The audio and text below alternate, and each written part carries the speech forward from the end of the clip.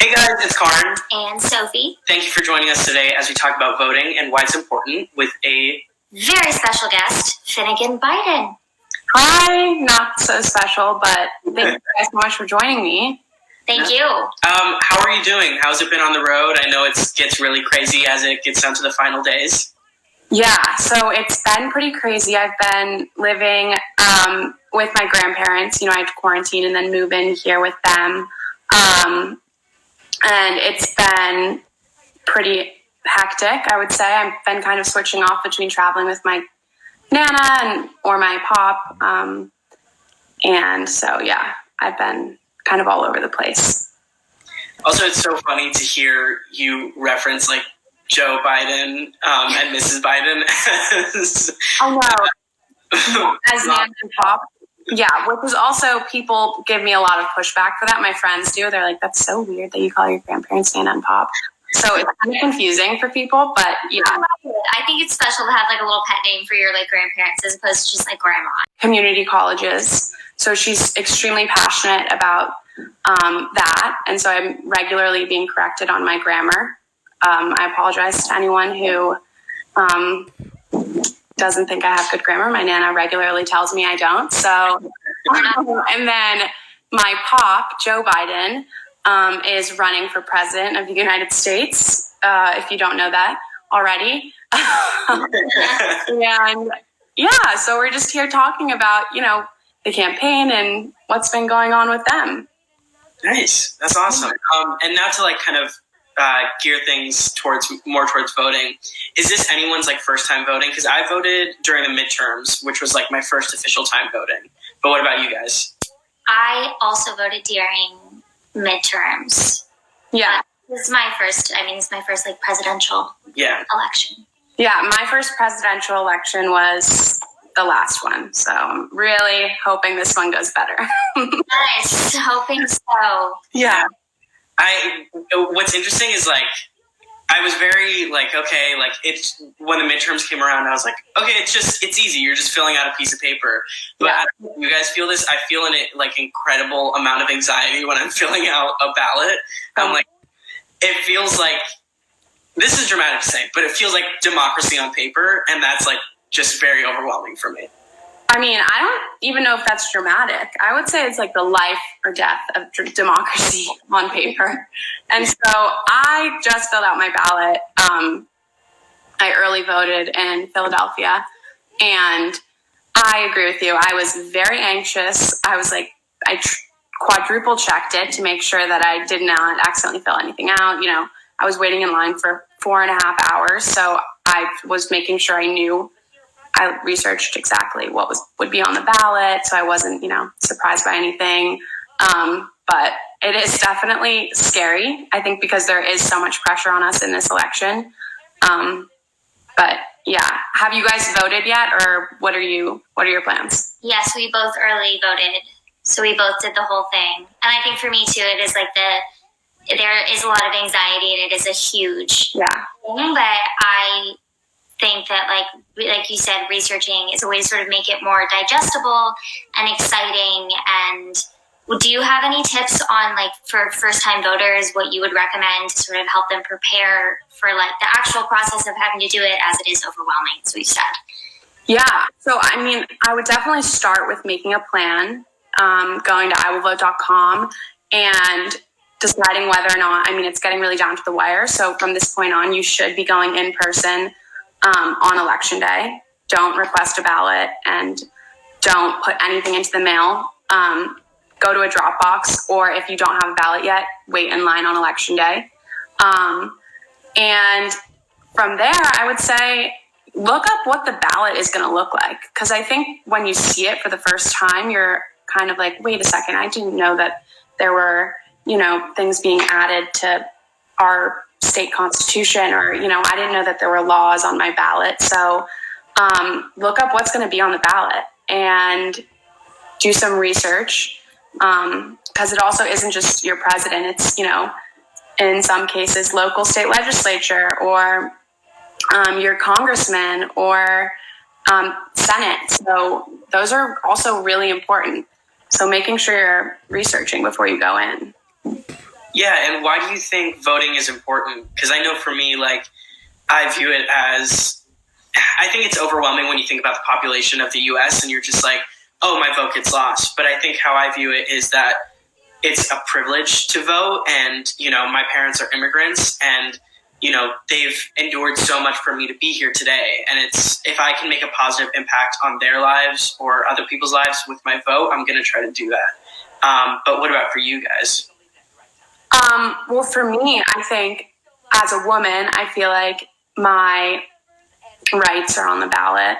But as a friend of the LGBT community, of the Black community, of the immigrant community, or an ally to them, their rights are also on the ballot. So like you were saying, not only did my grandmothers fight for and their grandmothers fight for our right to vote, you know, my friends' grandparents, like what you were just saying. So it's important that we keep in mind, you know, our friends' rights and what means something to them, and are their rights on the ballot? So for me, that's what I was thinking about when I was voting. Definitely. What about you? Yeah, I think same for me. It's about knowing that we have any power in our own rights and control over how our future is, like, as daunting as that can be, and also as insignificant as you can feel. Like, really, that is, your voice is on that ballot, and it does count, and it does matter. And I think it's important to remember that. And that's every time, you know, you go to, I feel like someone complains about the process of voting, or like, oh, I don't know, it doesn't count. And I always remember, like you said, the people who fought for our right to vote, and just that, like, the little things like state legislature, all of that adds up, all of that matters towards our bigger future.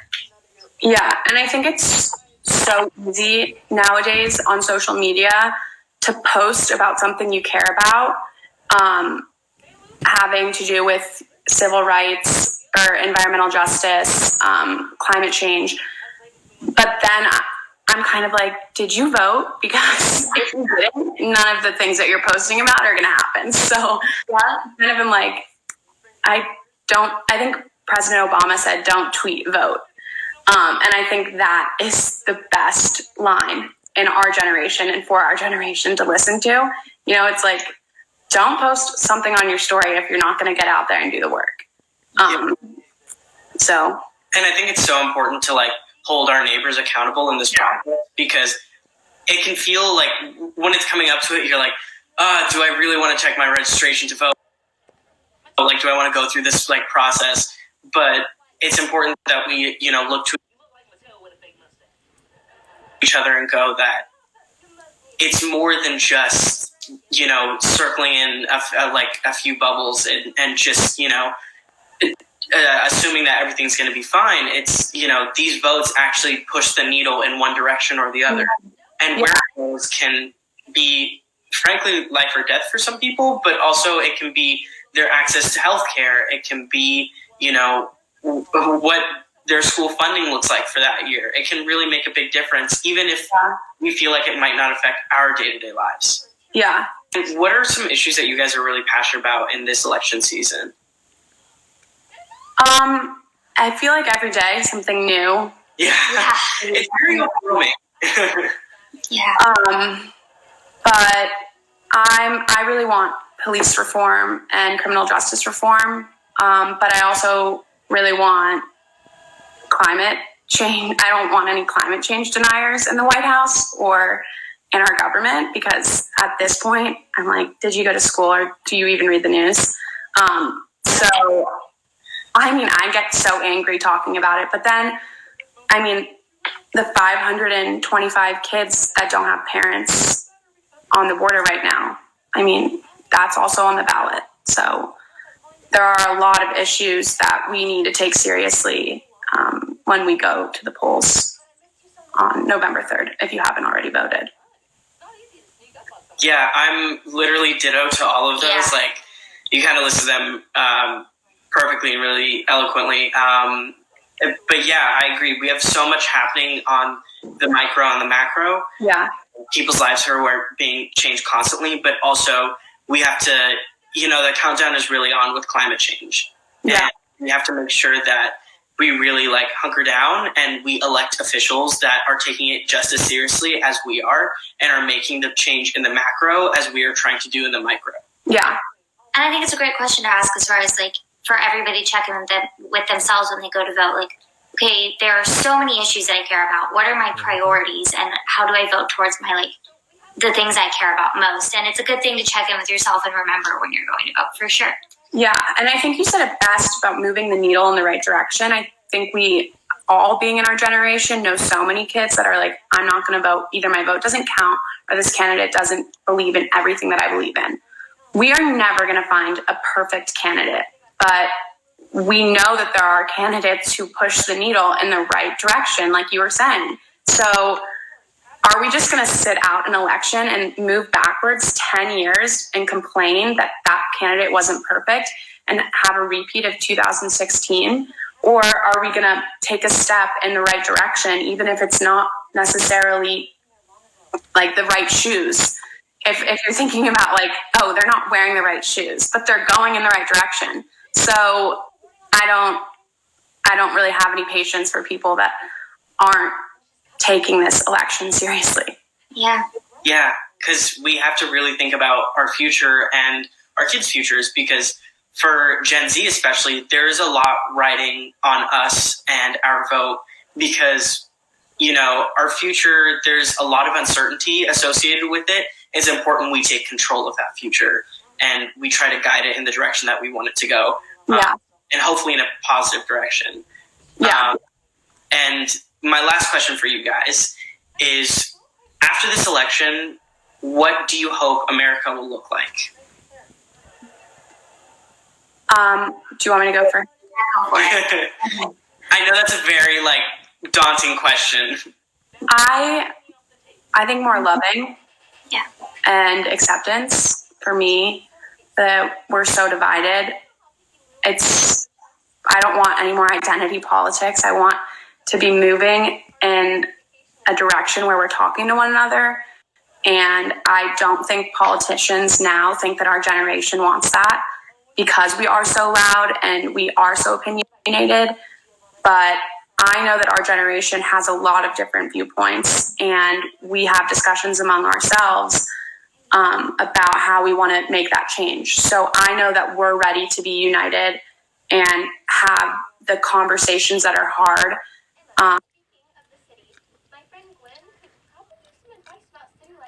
Even if we disagree with each other. And so that's what I want. I don't want this division and hatred, which over the past 4 years, I think has been really exhausting and disheartening. That was the first thing that came to my head, is just unity. Yeah. I think we're never going to all agree, but I think that there is a really extreme amount of division right now that is frankly kind of scary at times, and that's what I hope as well. Finnegan, thank you so much for joining us, and thank you guys for tuning in and checking out this video. We really appreciate it. And everybody go vote. Yes, go vote. Thank you for watching. Hey guys, it's Karan. And Sophie. Thank you for joining us today as we talk about voting and why it's important with a very special guest. So special, but thank you guys so much for joining me. Thank you. How are you doing? How's it been on the road? I know it gets really crazy as it gets down to the final days. Yeah, so it's been pretty crazy. I've been living with my grandparents. You know, I had to quarantine and then move in here with them. And it's been pretty hectic, I would say. I've been kind of switching off between traveling with my Nana or my Pop. And so, yeah, I've been kind of all over the place. Also, it's so funny to hear you reference Joe Biden and Mrs. Biden as as Nana and Pop. Yeah, which is also, people give me a lot of pushback for that. My friends do. They're like, that's so weird that you call your grandparents Nana and Pop. So it's